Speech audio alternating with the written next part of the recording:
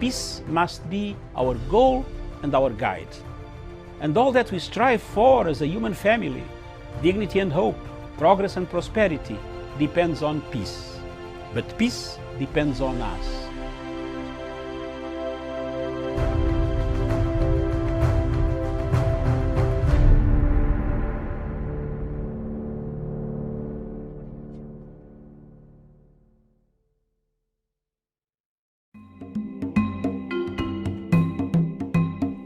Fellow Africans, every time we are challenged on matters of importance, there is always a path for redemption. The only thing that Kenya needs at the moment is redemption. It's a redemption strategy that can create a coexistence of all the people, all the tribes, all regions, and all shades of opinions. Challenges come at an hour where a country is on a test. Test runs are always the most crucial points. That's where experiments collapse. Kenya is not an experiment. Kenya is a nation that has existed for 56 years. The challenges, therefore, should not make us hate each other. These challenges should unite us, should unite the people of Kenya to push forward an agenda, to follow their president, President Uhuru Kenyatta, in delivering the agenda for a better Kenya. A better Kenya will produce a better East Africa. A better East Africa will produce a better Africa.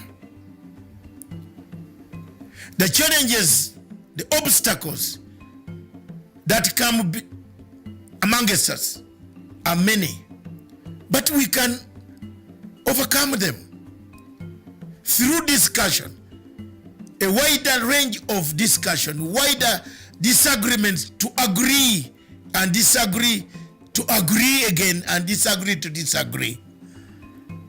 But we should not form clubs, units, militias, hatred of that nature that can take us to the history. Germany today is Germany because it doesn't want to go to the path of the history. Germany goes to the path of development.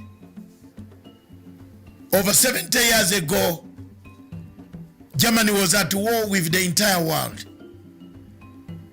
Today, it is on the path of resolving some of the problems that come. I want us to stand in the place of Germany and look forward and backwards. See what we can do here, but not yearn for what is in Rome. What is in Rome is safeguarded, but in Sicily, which is Kenya, we need to build a foundation for the younger generation that we are going to live here today. The many who have no employment, the poverty, the ignorance, the diseases that kill the people of Africa. We need to find a modium of operation. Modus operandi. The only modus operandi on this is a united, peaceful Kenya.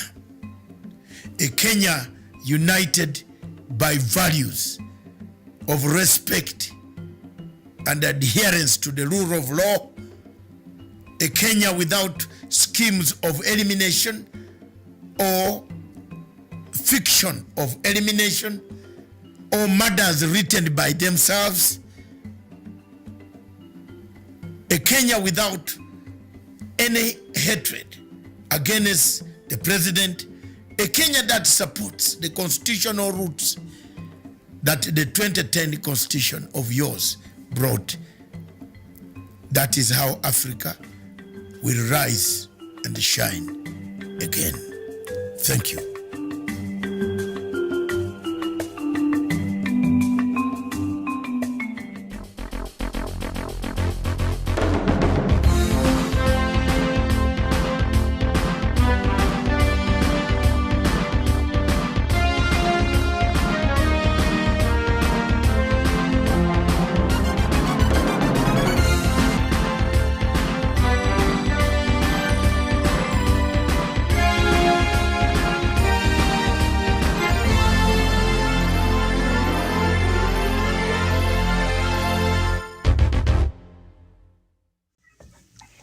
Very good morning to you, and thank you for joining us. This is Good Morning Africa, and of course we get to look at the news making headlines across Kenya first through going through the leading newspapers in the country this morning. My name is Miriam Agutu, and thank you so much for finding time to be with us today. Good afternoon, good evening, depending on where you're tuned in today, because we appreciate we have a viewership that cuts across the rest of the world, so it's nice to know that.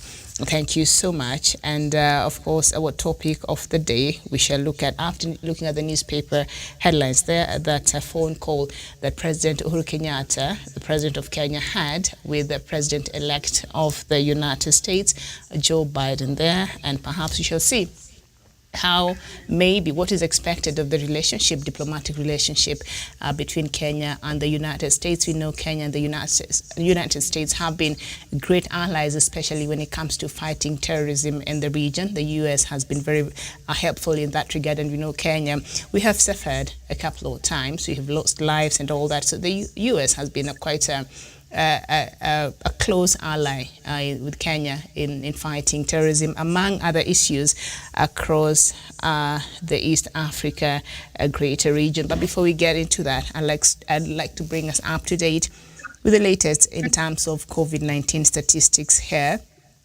In Kenya, the confirmed cases this morning stands at 84,169. The death toll in the country is at 1,474 cases, and the recoveries so far stands at 55,610. Uganda, the cases are 20,459 cases. The death toll is 205. Recoveries is 8,989. And South Africa, the confirmed cases 792,299. The people who have died so far in South Africa is 21,644, and recovery stands at 732,531. And we just keep over and see the total cases in Africa this morning, 1,733,515. And the death toll in the continent is 58,800. And as well as recoveries right now are at 1,389,111. And of course, these figures are subject to change from now. We prepared them a few minutes ago because countries keep updating the latest figures. They're reporting there. And of course, the global cases have surpassed 64.1 million cases across the world. Hassani Moaz, good morning to you. Thank you for joining us, and the rest of you, thank you so much. On the panel this morning is Douglas Kirimi from Meru. Douglas, a very good morning to you. Good morning, Miriam. Good morning to all our viewers. Good afternoon and good evening from wherever they're watching from. And it is a good morning here in Meru. It's a chilly morning. Mm-hmm. And we are grateful. Okay, it's a chilly morning. It's quite it's quite sunny. I feel like we've started our summer here in Nairobi. I don't know, but you know, even the chilliness in Meru cannot be compared with what. No. In the morning, it's a bit chilly. Then the sun, of course, from 9 a.m. Oh, from right now. So maybe it has started being a bit warm outside. All right. Well, it's a beautiful. Thank you. It's a beautiful morning here in Nairobi. A beautiful day. I enjoy the sunshine, not too much, just enough for a city girl like me. All right, thank you so much. Let's just get into it. And on the front pages of the Star newspaper, This is what the headline there says. DP Ruto's BBI game plan as he meets 115 members of parliament. And the story is on page 4 and 5. Yesterday, somebody was complaining, why do we talk about the DP so much? Because the DP makes sure every day there's something that he does, an event that he holds, a tweet that he makes, that makes sure he puts him up there. So we have to talk about him. And he's an important figure in this country. He is our deputy president, for crying out loud. So he matters in the matrix of, the bigger picture and in this country, after all. He's part of the leadership of this country, so why not? Page 4 and 5 of the Star newspaper says Deputy President William Ruto has fashioned a strategy to either completely scuttle the referendum or neutralize the political consequences of the plebiscite. Publicly, Ruto is pushing for consensus on contentious building bridges initiative proposals, which he says will avert a divisive referendum. But what will his hustler loyalists say if he joins the dynasties? Okay, let's just stop there, and then we shall continue. Perhaps do you have an answer to that, Douglas? Yes, Miriam. The story I'm reading from the Star newspaper. Let me just take it one more time. Deputy President William Ruto has fashioned a strategy to either completely scuttle the referendum or neutralize the political consequences of the plebiscite. Publicly, Ruto is pushing for consensus on contentious building bridges initiative proposals, which he says will avert a divisive referendum. But what will his hustler loyalists say if he joins the dynasties? The whole issue about the deputy president and his followers is one of people that who follow a man, and with their fanatical following, follow a man whose interest and life has been made and also battered by the dynasties, that the people that he calls dynasties. There's no one chose to be born from where they are born from.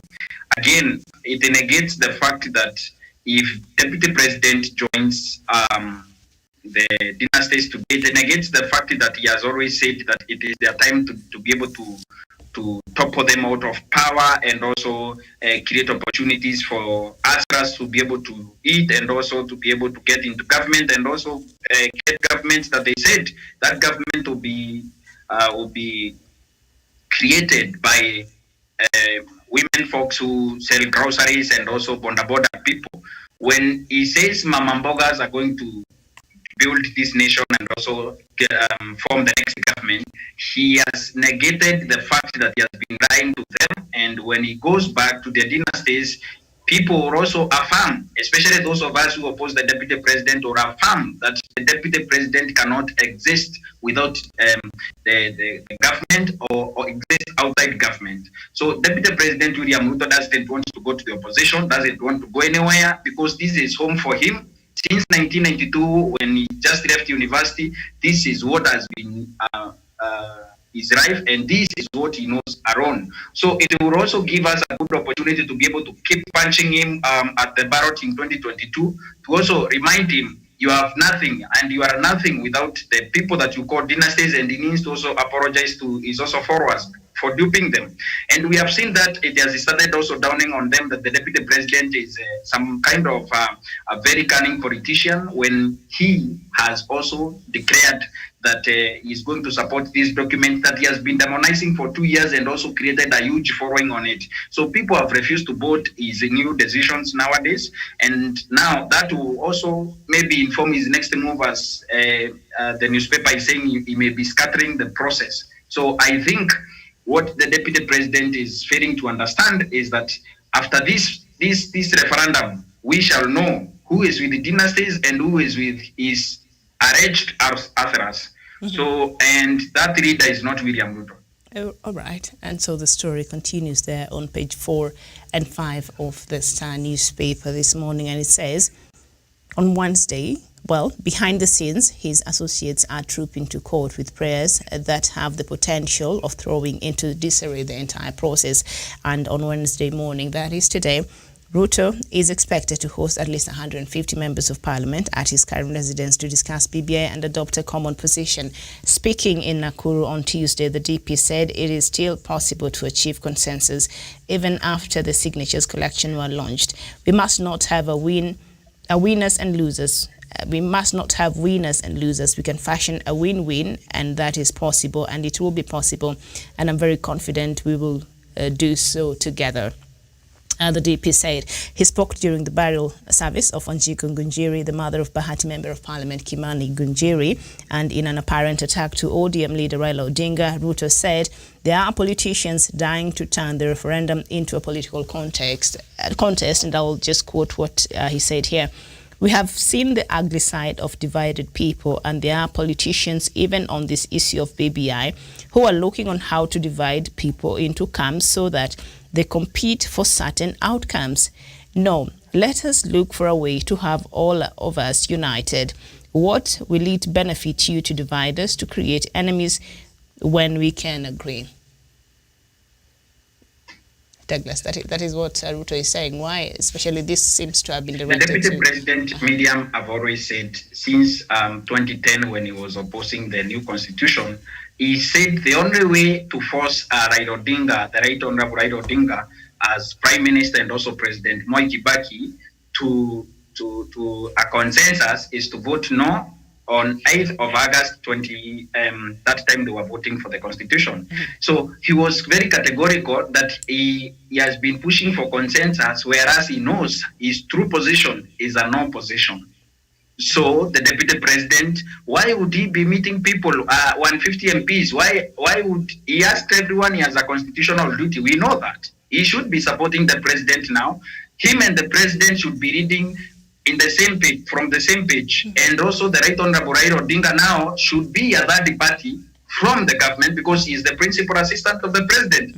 But the Deputy President is behaving as if he is a third force, also speaking for his own people, and also, as he has always said, he is speaking on behalf of millions of Asaras. We are asking, is the Deputy President trying to have a third opinion or a third force on the BBI process, whereas we are supposed to believe and also to see the President and the Deputy affirming and also reading from one position.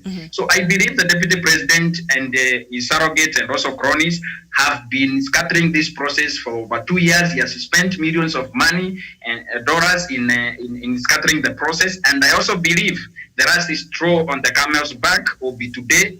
And I believe the Deputy President is going to either adopt a position that is divisive to the BBI team, or he is going to adopt a position where he's going to fund his surrogates, because we have seen all his MPs and all that. They have been positioning themselves to Rinda Katiba movement. And we have also seen his people in the civil society who have now fashioned themselves and also come out, Miriam, as people who support the Rinda Katiba movement, which essentially is the Deputy President's plan.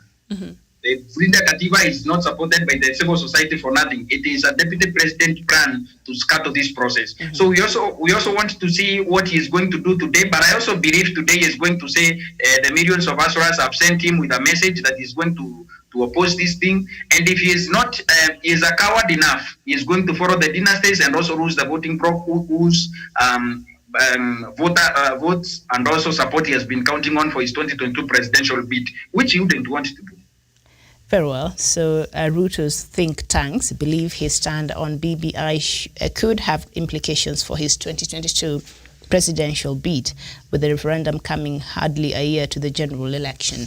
With political heavyweights backing the referendum, there are fears in Ruto's camp that leading a no campaign could isolate him and set him against President Uhuru Kenyatta's Mount Kenya backyard. It could also drain him financially before the presidential contest. It is not clear if Uhuru and Raila will accept further amendments to the BBI bill. It appears to be close except for minor tweaks. However, a non-contested referendum would neutralize any political consequences for the DP. And nonetheless, Ruto's associates are seeking to scuttle the referendum bid through the courts. There's talks of mass protest and also boycott. So from all these metrics and from all these calls of consensus, will it be right to say that DP Ruto is just looking out for his own self and his ambition of becoming the president, 2022? It really has nothing to do with the Hustler Nation. It has nothing to do with them. the deputy president, since he left university in 1992, he has been looking for his own interest alone. And when he went to parliament in 1997, we have never seen the deputy president sponsor a bill or a motion that is pro-Asras and also the people that he calls the downtrodden and all that. Here is a man that is eating at night with the dynasties and also during the day. And also when he finds on his free time, he now tries to massage their egos and all that. One thing I have come to realize with the deputy president is that his ambition to be president has to be either his ambition or the highway. So the people that are advising the deputy president are also misleading him, because the deputy president, we have seen him in the civil society, we have seen him in the churches, we have seen him now from his own surrogates and also MPs who are now positioning themselves for the no campaign and also scattering this process. And remember, Miriam, if today someone comes and tells you, we support you, and by all indications and by all intents and purposes, these people are opposing you, we are coming to a position and we are coming to a point where the deputy president of the Republic of Kenya is showing from his mouth he's with the deputy, with the president, he's with the president, but at the end of the day, the deputy president himself has this tendency or behavior of going forward and also opposing the president. So there's nothing that is in for the Asras, and there's nothing that the deputy president is planning to do for his people. But one thing the deputy president is concerned is his 2022 bid. But if it means that he has to follow President Uhuru Kenyatta for him to be able to be president, he has to follow them, because the deputy president is a man whose mission and plan has always been to follow the dynasties for him to be president of the Republic of Kenya. For the Asuras, I wish them all the best as they continue suffering under the hands of a man who doesn't care about them. Very well, and we're joined by Jevan Karanja from Nanyuki. Jevan, good morning. Good morning, Miriam. Good morning to our viewers. Good morning to Douglas. It is a good morning. All right, so we have been looking at the news making headlines, and we're just looking at our first newspaper there on the Star newspaper, and it says DP Ruto's BBI game plan as he meets 150 members of parliament. So according to this story here on page 4 and 5, they're trying to understand and explain why perhaps Ruto is keen on insisting on consensus and how this will benefit him come 2022, seeing very clearly the issues that he was raising about the issues he was raising during all of this BBI process, saying it's not important, it is not urgent, and the government needs to address very urgent issues that affect the people of Kenya, the youth, and everybody, including, matters, unemployment, and all of that. But that has not been addressed the way that he would have wanted it to be addressed. And also a couple of issues that he had raised now with the BBI, not all of them have been met. And he's coming out to say, you know what, I still insist on certain consensus. And he has not even come out to say that he is supporting the process. So is he supporting the process? Of course, the other day he came out and sent a mixed message that perhaps people thought that he is actually supporting the BBI process. And that was when he tweeted that he is just helping out his boss, which we know is contrary to what is perceived he has been doing for a very long time now. And so it's quite confusing then. It's a chess game he's playing, but it seems to be a strategy for him in 2022, and really has nothing to do with certain issues that he's been raising all along. Thank you very much, Miriam, for that good question at this point in time. One thing that we must agree is that the meeting that the deputy president is calling is today. I feel from my own personal opinion, it is for... Jevan, I'm being asked, I don't know if you're able to adjust your lighting there so that we're able to see your eyes at least. Excuse you. Are you able to do that? Yeah, let me first make this submission. All right, very well. Yes, and I'm saying the meeting that the deputy president is about to hold today is a crisis meeting, because Miriam, from his own camp, there has been mixed reactions from various players, and I feel like from his own understanding. He feel like he is also losing a grip of the people who have been supporting him. Because when you look at it clearly and from a different dispensation, you'll see that there are people who are supporting the handshake and through the BBI, and there are those who feel like they are supposed to oppose it, come rain, come sunshine. And that is the problem that we have in the Tanga camp. And I feel like he is calling this meeting to bring his troops in order so that they can speak with one voice. Because we have the members, like the member of Gatundu, who is opposing the document, and he is saying that we are creating a double-decker parliament that will consist of almost 650 members of registrators. Therefore, and there are those like the former cabinet secretary for agriculture, Mwangi Kijori, who is a close ally of the deputy president, who feels like this document is a progressive one and should be given a chance to drive and to see the right of the day, even it means going through the referendum. Therefore, this is a camp that has been in the center stage of politics of confusion, and they have outsmarted themselves to a point where they are all of them confused and they are not speaking with one voice. And I feel this meeting will try to clear the air on one or two, three issues. And the number two, this meeting is to consolidate and to show that the deputy president still have people who he commands. He still have people who follow him, because this meeting will come.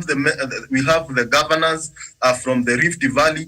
We have the senators and women rep. Therefore, he will also be sending a signal that whether you want to, if you feel like you want to adorate or undermine me, you can't do that, because I have a big following in the parliament and in the county assemblies and so on that follow what I say and who believe in my skills of leadership.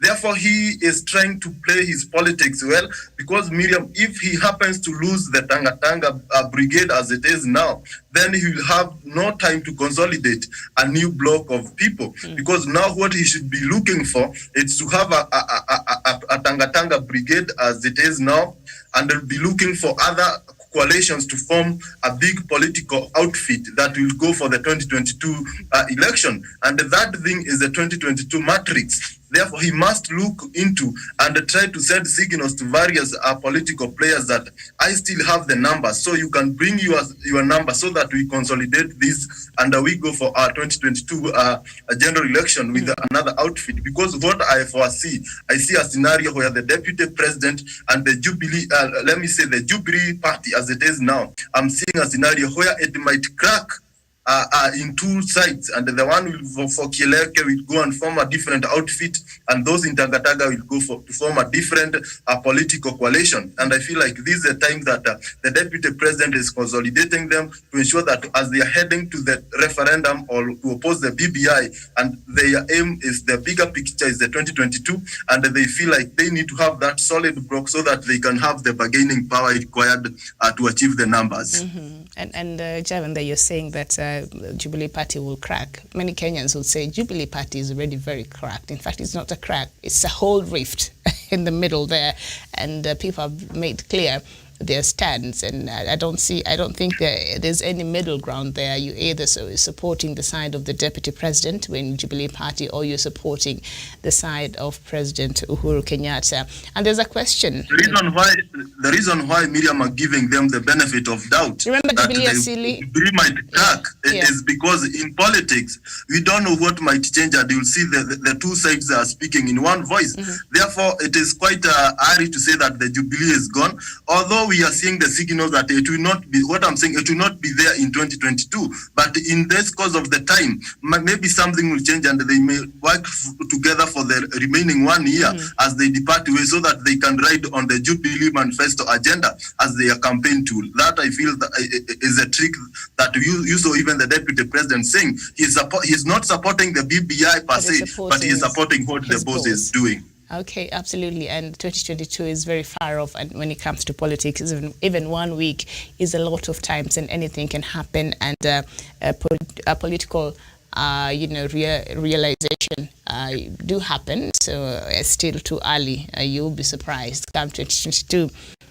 What will have happened there. So there's something we looked at here on this story, and they were saying that perhaps where Deputy President will find a lot of troubles convincing his followers is what will his hustler loyalists say if he joins the dynasties, because he has been really hitting hard on the dynasties and saying this BBI process is just meant to preserve the status quo, to benefit the dynasties, and so he's been pitting the hustler nation against the dynasties. So now that he wants to join the dynasties per se, because he's been saying they're the people who are leading this BBI process, now what will he say to his hustler nation?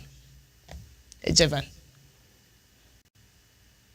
Thank you, Miriam. And you see, and this Hasran thing was something that was quite not well grounded on a concrete foundation, and that is why you see there's a mixed reaction even from his followers on social media, who feel like you have been fighting the dynasties. But Miriam, let's look at it from a bit of the history and see, like, since the deputy president joined the politics of this country, he has been supporting the people he is terming dynasties at these recent times. Because when he joined politics, he joined through the courtesy of the president, the former president, the late president Moi. And he was given a chance in the 1990 YK92 and so on. He went in Kanu, and he to a point where he was a youth leader. Therefore, that is the people now he is calling dynasty. In 2007, he supported the former Prime Minister Raila Odinga. And today he is calling him the dynasty, and he developed him, he shaped him to be who he is today in matters of politics. Because Miriam, we understand that every politician who have worked with the former prime minister, they end up becoming very successful politicians in future.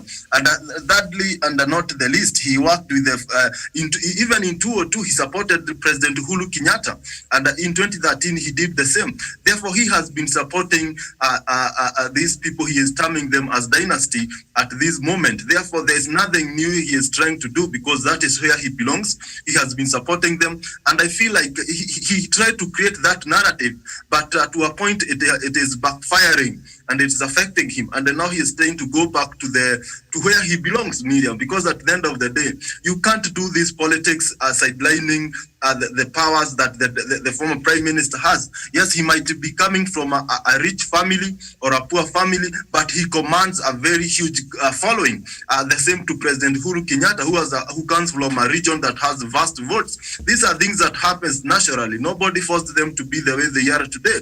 Therefore, we cannot feel like these people are dynasties, because at the end of the day, they have tried to shape the politics of this nation. They are trying to bring the BBI process that tries to heal the process and to bring fair elections and fight the fight against corruption to be a success. Therefore, terming them as dynasty and trying to group other people to feel like they're hustlers and they should be opposing what these people are saying, that is not the right thing. That is why the hustler narrative has not taken momentum, because at the end of the day, the deputy president was trying much to be associated with the same people he is trying to fight when he comes to the hustlers. And to a point that Kenyans now have opened their eyes, and they have tried nowadays, Miriam, the kind of politics that our people are doing, they are trying much to figure and to look keenly on what you are telling them. And that is why some of the people didn't buy the hustler narrative, because they told the deputy plain that you have been a brainchild of the dynasty. That is where your politics started. That is where you are still working and you are thriving politically. Therefore, don't tell us you're hustler, because you're not giving us alternative. Miriam, it was good if he was giving them and telling Kenyans, this is what I do, that these people have failed, I have supported them. And he should say, because I also failed by supporting them, forgive me for that, and I've started afresh, and this is what I'll do to make sure that these people who have been downtrodden for years, I will uplift them and make their livelihoods better. Right, that is my take on that issue of hustler narrative and not taking shape. All right, thank you so much, Jevan. But we must give the deputy president some credit here. He was able to build this narrative and this, what do you call it, a sort of a movement around this hustler narrative that really he was able to convince a good number of Kenyans and who are supporting this narrative. But now, Douglas, is it backfiring on a deputy president, this hustler narrative? Because he is in a dilemma. If he went and joins the dynasties, what will he tell the hustler nation? I have had before given my mind on that, but I have a small rejoinder on the Jubilee Party disintegrating and also not being there in 2022. In 2018, I was one of those people who believed in 2022 there will be no party called Jubilee Party. But after standing Jubilee Party and also standing what the president is not saying, I also studied what the Jubilee Secretary General is not saying. After also studying what most of the majority who support Jubilee Party are not saying, I can conclusively see the only people that are going to leave Jubilee Party and leave the house intact are the people that support Deputy President William Ruto. They will walk out in their sizable number and their MPs trying to sing. Most of MPs who are not going to make it back in 2022 in Parliament and also in Senate and also governors. But one of the things that have come out clearly in recent times is that Jubilee Party is going nowhere, and President Uhuru Kenyatta will be the leader of Jubilee Party post 2022. And one thing that is very clear now is that William Ruto has also accepted, and we also saw that there are 45 parties that have been formed to be able to propel Deputy President to power just in case Jubilee Party dumps him. Now, the question is, has Jubilee abandoned the Deputy President? I can say that affirmatively and say that the Deputy President of the Republic of Kenya, who is also the Deputy Party leader of Jubilee Party, has been thrown under the bus by his own party, has been overthrown from power, and now the Deputy President of the Republic of Kenya is no longer a member of Jubilee. He is a member of Jubilee Party on the paper. And is Jubilee Party going to collapse? No. Why? Because in 2022, there will be so much activities that will be running around political parties forming coalitions, and we remember Jubilee Party is a ruling coalition, is a ruling party now, and the minority party that we experienced when small parties collapsed together, about 13 of them or 12, is not going to happen. Some will move on and go form their own parties, but Jubilee Party will remain. Jubilee Party will remain under leadership of President Uhuru Kenyatta or his people. We've seen. Okay, we apologize. In taking that way, and also he's going to form his own party or maybe run in another party. And another thing, before I conclude, is that if Deputy President today is a man under siege, is a man that is working under a very tight rope. I have seen senior people whose opinion the Deputy President treasures in the Tanga movement. I have seen people who are respected, who used to support the Deputy President, who have now started shaking and saying the Deputy President is no longer the man that promised us a lot of goodies as Asura Nation and also forming the next government. They have now come to a conclusion that the Deputy President is a man on a path to go to State House, and there's nothing that can stop him, including going back to the dynasties and apologizing at night and then shouting in the morning. He has a constitutional duty to support the dynasties that he keeps insulting the president using those tags. One thing that is going to come out of today's meeting is that if the Deputy President retreats and supports dynasties, a sizable number and a huge number of his supporters are going to backfire on him. The whole plan about the Asura Nation is not going to be galvanized again during the short period for elections for him to be able to ride it through that on power. And if the Deputy President now declares now he has become the leader of the no camp, he has now pitted himself against a majority of Kenyans and also people that support the BBI process and those people that want a shared prosperity for this nation, and also the people that he alleges are dynasties are going to gang up against him. So those people also who have been advising the Deputy President to go and end in Karen or maybe Sugoi or any other place so that he can keep quiet until this conversation goes away, and they told him it is going to be a passing ground. They are advising him, and he is a man walking on a very tight rope. And one thing, Miriam, I can promise you is that the Asura Nation is divided in the middle. There are people who feel that the Deputy President is conscious about his presidency only, and there are also people who also they keep believing that he's still going to take them to the Asura Nation and also form the next government, which I also tell them, we wish them all the best. All right, very well. Thank you so much. And on the front page of the Standard newspaper this morning, Rotich was fixed. Sacrificial lamb. For over 5 years, former Treasury CS Henry Rotich was one of the most sought-after persons in government.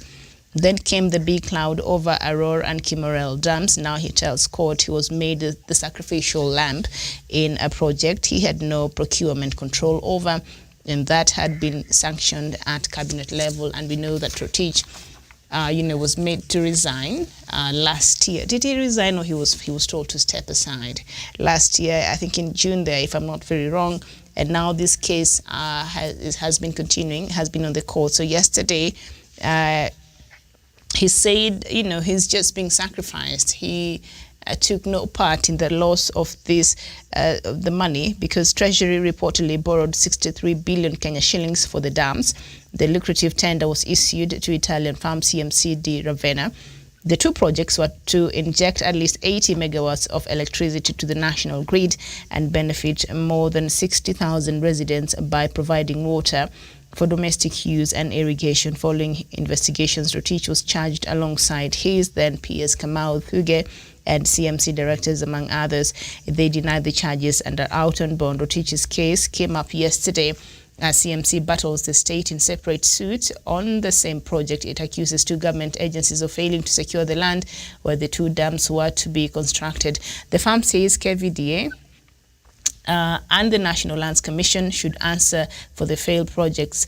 The KVDA and NLC materially impeded the progress of Aurora Kimorel Dam projects by failing to acquire the necessary land, rendering on-site work impossible. So let me just understand this. So money was borrowed so that these dams, where these dams were supposed to be, money was borrowed to construct these dams, right? And after the money was borrowed, so what now Rotich and his team is telling us that the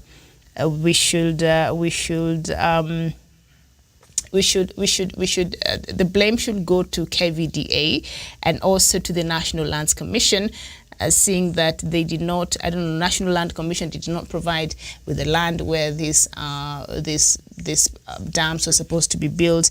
And also just reading down that story, it says also Kenya Forest. Kenya Forest also refused Kenya Forest Service also refused for them to cut down the trees around this place where the dam was supposed to be built. And so these are the people who impeded the progress of their role, Kimorel. Okay, fine. If we were to look at it from his perspective, that's okay. But what happened to the money? Because if the dam has not been built, if Kenya Forest Reserve Services refused for you to cut down the trees, if who else? KVDA and the National Lands Commission failed to help in securing that land, or whatever it is that he's trying to say there. So that means that money is supposed to be still there, Javen. Because that money is not there. Yeah, and Miriam, there's something that the Henry Rotich is saying, that he is the sacrificial lamb. And he should also be telling us who is he that sacrificed him, because it's like he knows the person who is this big person who sacrificed him, so that he can even lose his ministerial position. And something also that we must agree, money was lost, whether he was sacrificed or not. He was the cabinet secretary for finance at that moment.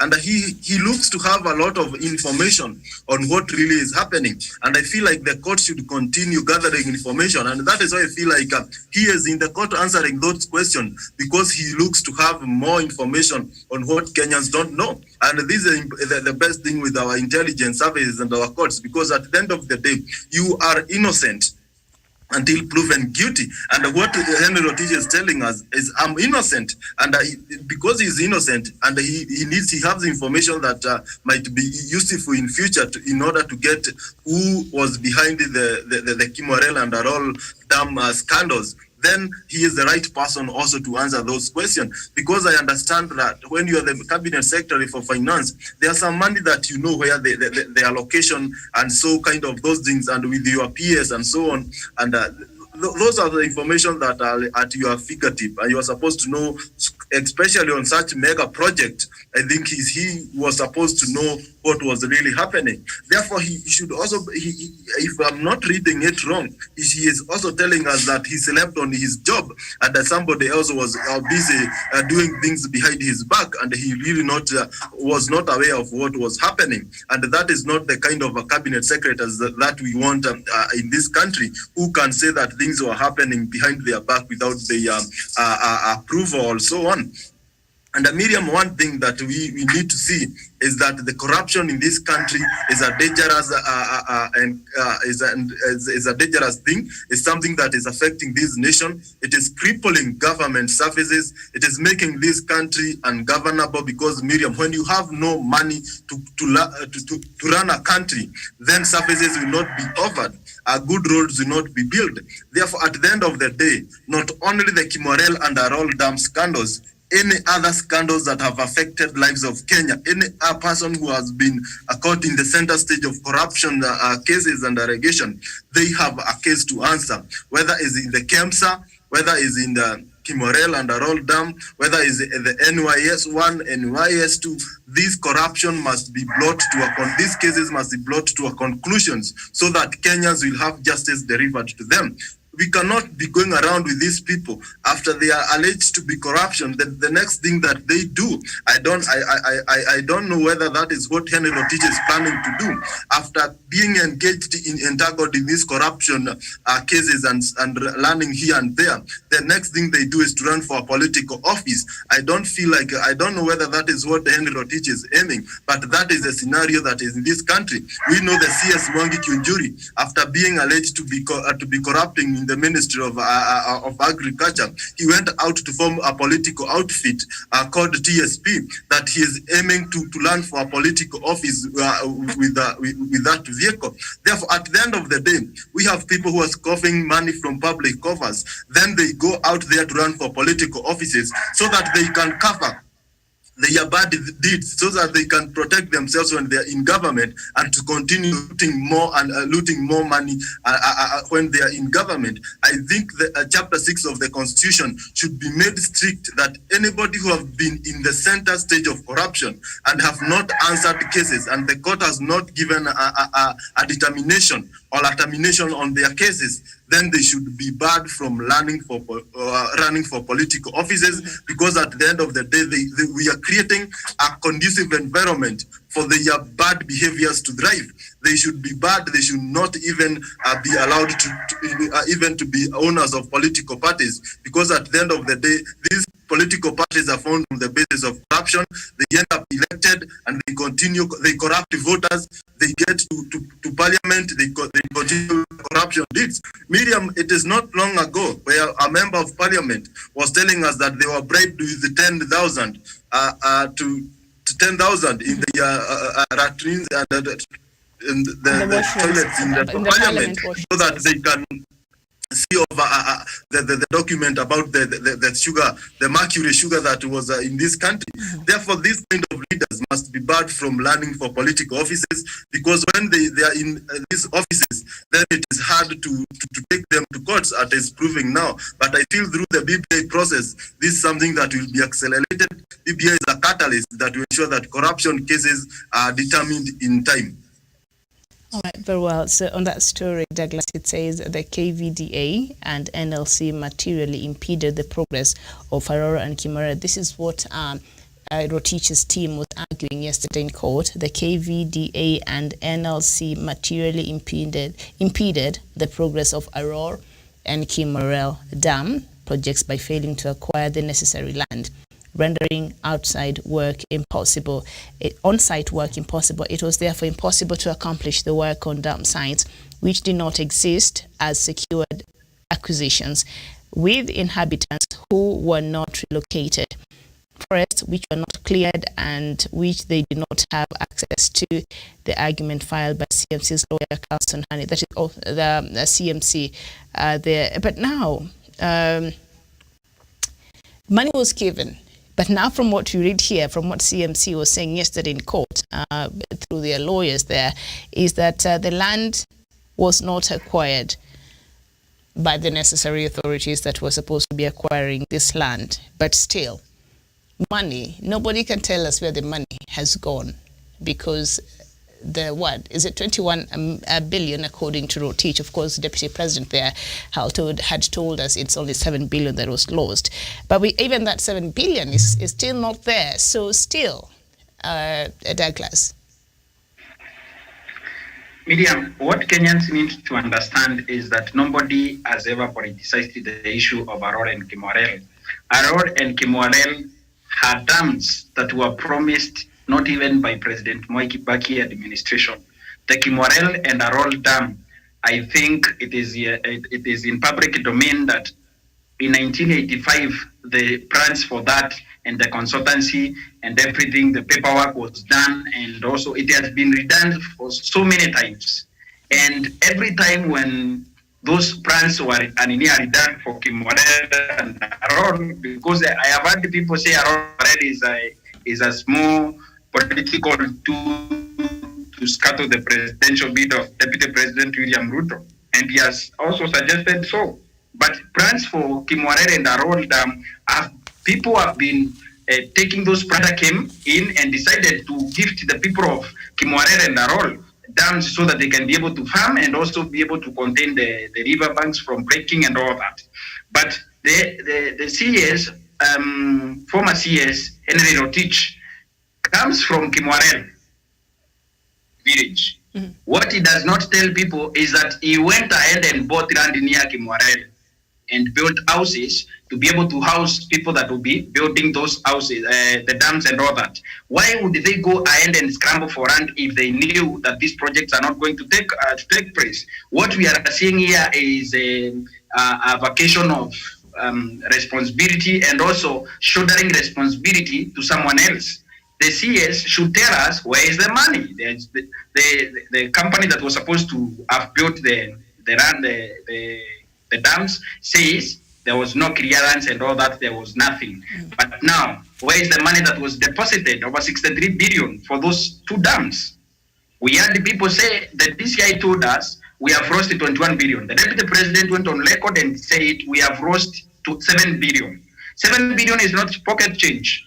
21 billion is not pocket change. But where is the money? The DCI, when they did their trails, they traded money meant for Kimwarel, bought land in Karen for some people, and also vehicles were also taught that were bought with using Kimwarel dam money, and also there were towels and also hotel construction materials in the coast.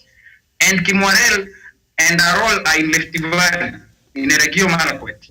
One thing we need to appreciate is that we are not seeing any genuine concern for our lost money and taxes from our former CS. He's vacating from a responsibility from where is it from. What he is doing is in the truth. The company that was contracted and given the money, of course, through the ministry of the one that was led by the treasury that was led by Rotich, where is the money? The question is, where is the money? Where was the money spent if land was not acquired? There was no clearance from the forestry department. If there was nothing that was done, where is the money? The CS does not want to tell us. I have seen that in the newspapers, he has accused Gidu. I think that is Ben Gidu or someone else. I just saw the entry and I didn't read. And Wakungu for that. Mm-hmm. Wakungu, I think, is if it's not the mother, is the daughter. The daughter who was a minister for environment, I think, and forestry services. Mm-hmm. They have been blamed for that. Why would the CS, our old CS, blame those people when the company that was contracted to do the job says there was no job that was done on the ground because of various reasons. And these reasons have been given by the company in court. But the question even which the judge should ask is... Very well. Okay. So just to add on what Douglas there is saying on this story, Rotich claims he was the sacrificial lamb in the whole saga. In his papers filed by lawyer Kamunya Ngarwa, the former CS alleges that despite his then environment colleague Judy Wahungu requesting the Treasury to borrow funds to finance the two projects and Kerio Valley Development Agency directors approving them, they went scot-free and he was left to hang.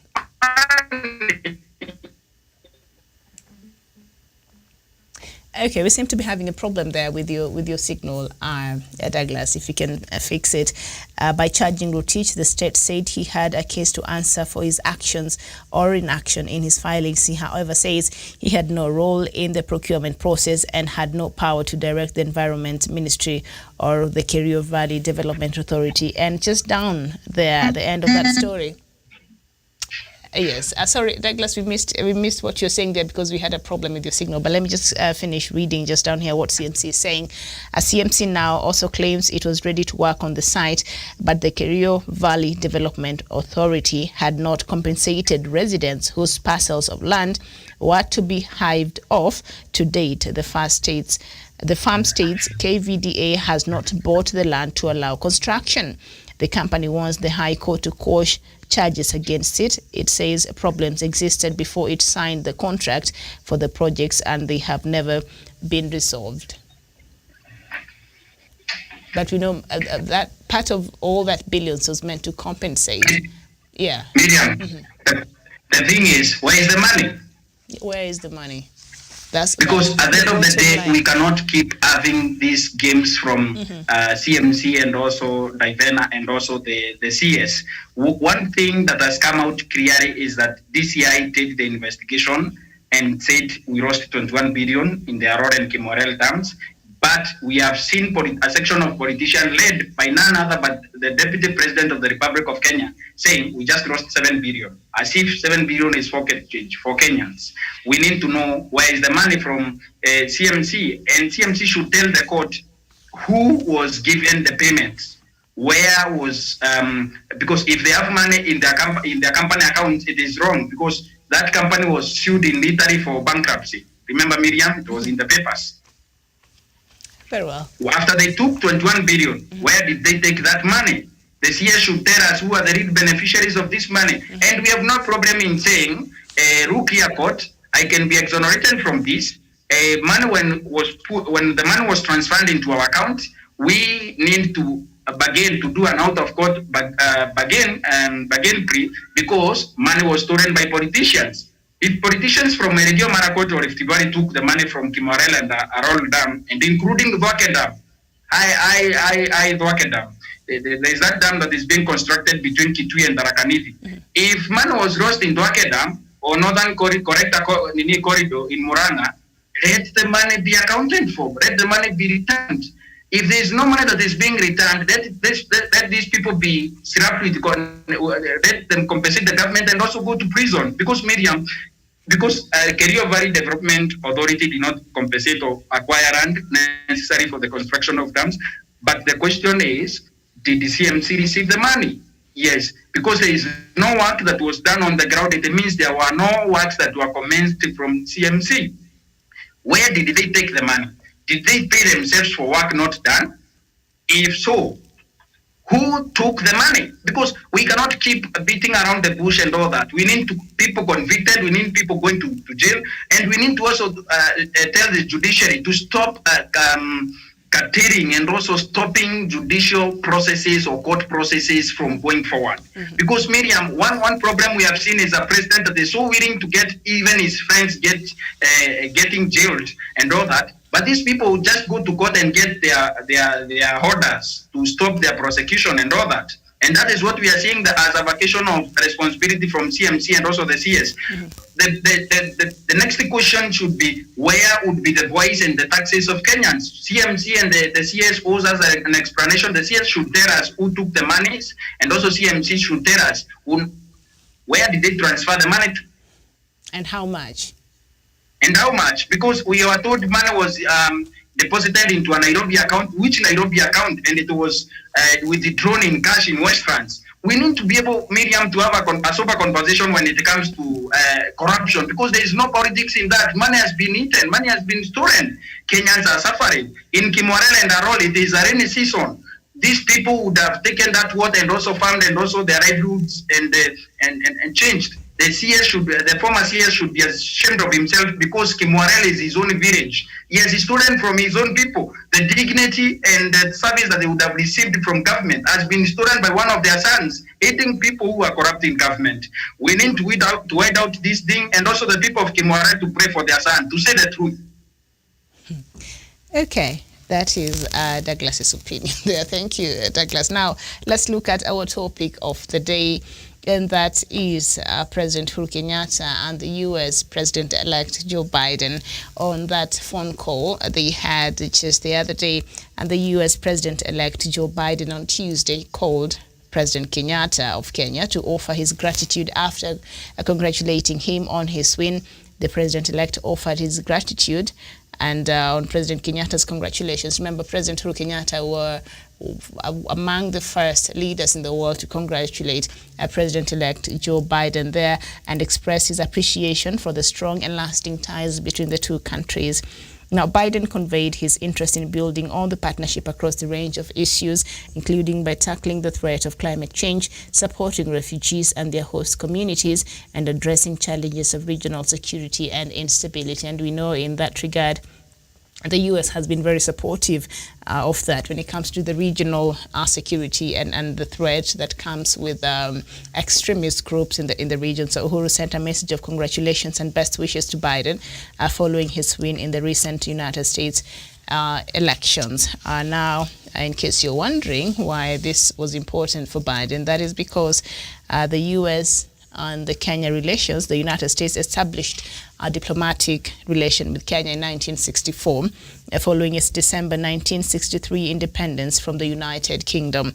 The U.S. and Kenya have enjoyed a cordial relationship and an enduring partnership since Kenya's independence, and relationship became closer after Kenya's democratic transition of 2002 and subsequent improvements in civil liberties, a long-standing mutual interest in the region, and a wide-ranging cooperation in economic and security issues underpin a strong bilateral relationship. And as one of East Africa's largest economies, Kenya is growing a business, financial and transportation hub for the region, and the U.S. investment in Kenya and bilateral trade are important elements of the U.S.-Kenya relationship. In August 2018, President Trump and Kenyatta formally elevated the relationship to a strategic partnership and established a corresponding annual strategic dialogue. And in May 2019, the United States hosted the inaugural U.S.-Kenya bilateral strategic dialogue in Washington, D.C. And in July 2020, the United States and Kenya launched negotiations for a bilateral free trade, and the first in sub-Saharan Africa. And of course, the rest of the East African community countries were not very happy about this move by President Kenyatta because they've been dragging their feet. So Kenyatta decided, just like the senior Kenyatta decided. Remember, during the first EAC that was broken in 1977, the senior Kenyatta got a bit tired of how the rest of the EAC member states were dragging their feet. So he decided to make decisions that were for the benefit of Kenya and the people of Kenya. And Mwalimu Julius Nyerere was not very happy with that because a lot of things in the East African community were in Kenya. And so that move by our first president there was not received very well, and that has continued the bad blood that we've been having with our brothers from the south there in Tanzania. Another story for another day. And so when President Kenyatta also went ahead and had this bilateral agreement between Kenya and the U.S., of course, the rest of the East African community member states were not very happy. But as I said there, a country like Tanzania, a country like Burundi, they're not always very keen on some of these things. So Kenya went ahead and did, through President Uhuru Kenyatta, what was best for the people of Kenya and for Kenya. So how do we expect? Because we understand and we know Kenya is a very important ally to the United States in this region, and we've had a cordial relationship, we would say. It's not been that bad, even under the leadership of Donald Trump. I mean, a few hurdles here and there, but still the relationship was there. So how do you expect this moving forward, Javan? Thank you very much. And U.S. and Kenya, they are very good friends in matters of investments, economic, and even in the matters of social welfare and well-being of the people of these two countries. Therefore, these are cordial relationships that have been there since we got our independence. And the U.S. have tried to bring a lot of good things in this country by ensuring that we are heading in the right direction. And they also come, when you have our elections, they come, they bring their observers and so on to ensure that we try to have the slightest, also it means to have fairness, then they come into play on that issues. And on matters, when we remember sometimes back, the USAID was one of the leading entity when it gives to giving food relief foods to Kenyans in the early 2000, when this country was not quite food secured, and the US was coming in a very significant way to ensure that the people in this country are not starving to death. They are not succumbing to because of lack of food, and that is a very thing that have been there since time in past, and is a good relationship. And what I expect, because we saw when the Barack Obama was the president, he even visited this country, and they had one-to-one talks with the president Uhuru Kenyatta, the former prime minister, the deputy president, and they are trying to build that under the. When he was there, he was very much on the matter of social justice, and he was even advising the president to allow this country to have that level of a social responsibility, social freedom, where we will not be much worried on the effects of the technology and the social welfare of our people. But we saw that conversation. And he was saying that even these people who engage on was asking the president sometimes to have that freedom. But the president was not on it, because Africans, we have our cultures and we have our norms that guide who we are. And we see these kind of things. Therefore, this is to paint a picture that we have been having that relationship even in the time of Donald Trump. And there was time that he was said that he was willing to visit this country, and I think it's due to the COVID-19 and some of small issues there and there. He was not able to visit the African continent.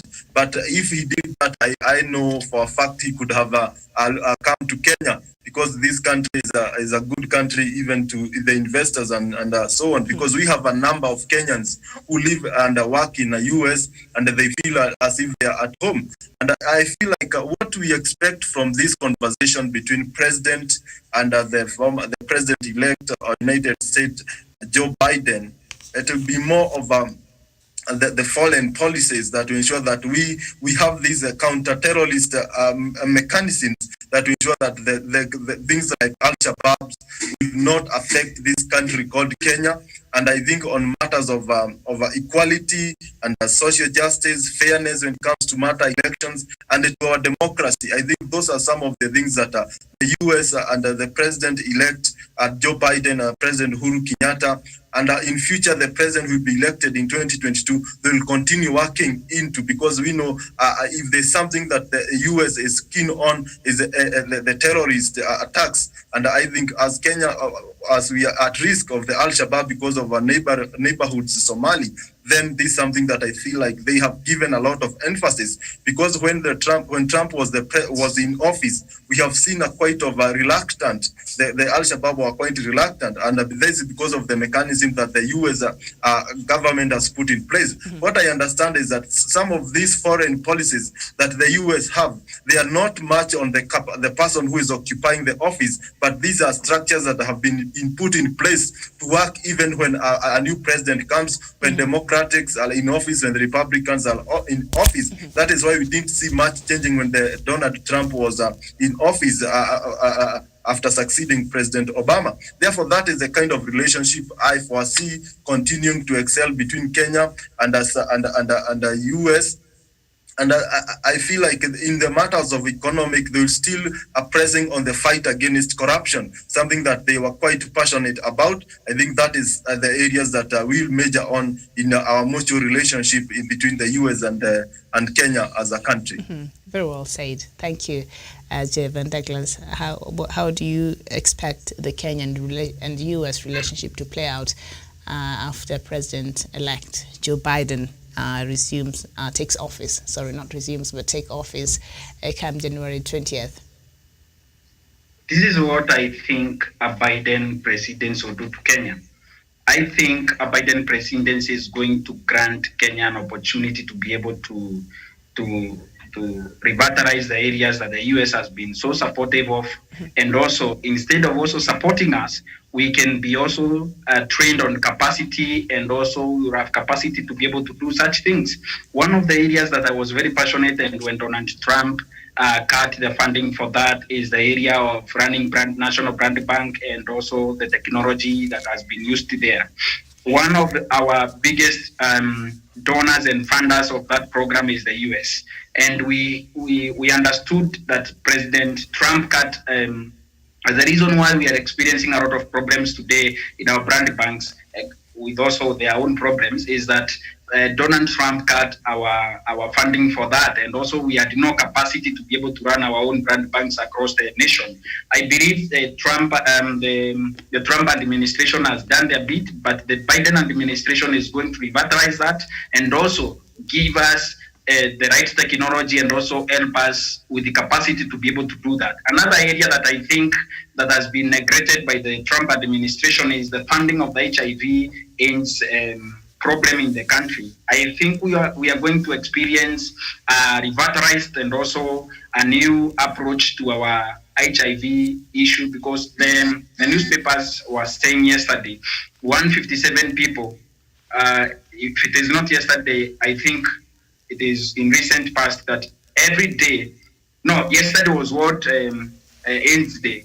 157 people per day die of HIV and AIDS. We also believe that instead of cutting the funding for that, the Biden administration is going to also put more funding to the program that was started by President Bush. And also, I believe that our own relations with the US are going to serve, because Biden is a president, is a diplomat that also believes in diplomacy and also believes in also benefiting two or three nations where they're involved. Instead of Trump, who focuses on America alone, Biden is a man that has shaped himself over the years as an astute diplomat, and also a man that is going to be able to bring out the aspect of our diplomacy with America. Remember, when our diplomatic relations with America, which have not been bad, at a better place, we stand a chance to be able to benefit more. Another thing I think is that in 2019 there was a security agreement that was done between Kenya and the US. It's going to be able to be, and Biden administration is going to be able to come out clear and also be supported for our own civic rights and also governance, and also for anti-corruption efforts. We have seen before when the US took our case, when we had two brothers, the Akasha brothers, when they were tried in the US, it took less than a year. And actually the President of the Republic of Kenya, President Uhuru Kenyatta, and to mention that in an anti-corruption conference. He had to mention that and said that in the US, here in Kenya, we've had people who have dragged their feet in the courts. In the courts, the judicial system in Kenya has dragged its feet. But when the same people with the same charges, with the investigation that was done by the Kenyan agencies, when it was taken in the US, these people are now serving jail terms. We also believe that our governance, we are going to be well facilitated, and also our governance system is going to improve under a Biden administration. Another thing I think is going to work very well for us is under Biden administration, like you have said in the call that they made, they had with the president, is our climate change fight. Biden is a man that is big on climate change, and we are going to also experience more work and also cooperation between the US and the Republic of Kenya in terms of climate change and also its fight, because Biden has been at the forefront of that, including when they were in White House with Obama for 8 years. And also another thing that I believe, and also Jeben has spoken about, is about corruption. And I've also spoken about it and corruption efforts. Corruption is crippling Africa. Earlier in the show, we were discussing how we cannot be able to be told in a court of law, where is the money? I believe when Kenya and the US cooperate more on that, we can be able to borrow capacity, like we saw the the director for criminal investigations, the DCI himself went to the US for some training. So we want to see more of that cooperation, and also we want to see our judicial officers also getting that kind of capacity building and also training to be able to combat that.